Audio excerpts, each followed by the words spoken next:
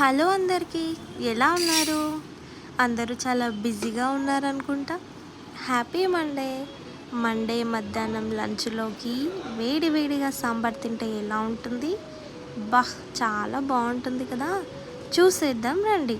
ముందుగా 2 కప్పుల పప్పుని తీసుకొని బాగా శుభ్రంగా కడుక్కొని దాంట్లోకి 3 కప్పుల వాటర్ వేసుకొని కొద్దిగా పసుపు ఆయిల్ వేసుకొని 4 విజిల్స్ వచ్చేంత వరకు ఉడికించుకోవాలి. నెక్స్ట్ పప్పు ఉడికాక దాన్ని వేరే బౌల్లోకి వేసుకొని అదే కుక్కర్ని మళ్ళీ స్టవ్ మీద పెట్టుకొని మన దగ్గర ఏదైతే వెజిటేబుల్స్ ఉన్నాయో onion, carrot, beans, potato, tomato ఇవన్నీ ఒక్కొక్కటిగా కట్ చేసుకుంటూ కుక్కర్లో యాడ్ చేసుకోవాలి. ఆయిల్లో వేసుకోవాలి, బాగా ఫ్రై చేసుకోవాలి. ఒక 50% ఉడికాక దాంట్లో కొద్దిగా అల్లం, ఒక టీ స్పూన్ పసుపు, టేస్ట్కి తగినంత ఉప్పు వేసుకొని బాగా కలుపుకోవాలి.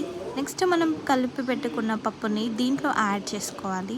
పప్పు కొద్దిగా మరిగాక దీంట్లో 1 టేబుల్ స్పూన్ కారం, కొద్దిగా ధనియాల పొడి వేసుకొని బాగా కలిపేసుకోవాలి. ఈలోపు మనం ఒక చింతపండుని, నిమ్మకాయ సైజ్ అంత చింతపండుని తీసుకొని నానబెట్టుకొని దాన్ని గుజ్జుని తీసుకొని ఈ సాంబార్లో యాడ్ చేసుకోవాలి.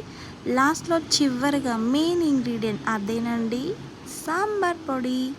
ఇదే కదా సాంబార్కి అసలైన రుచినిస్తుంది.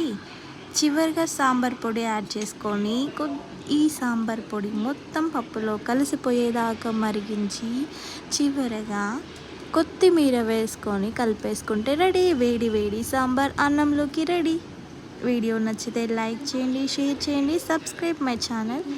నెక్స్ట్ వీడియోలో మళ్ళీ కలుద్దాం. బాయ్.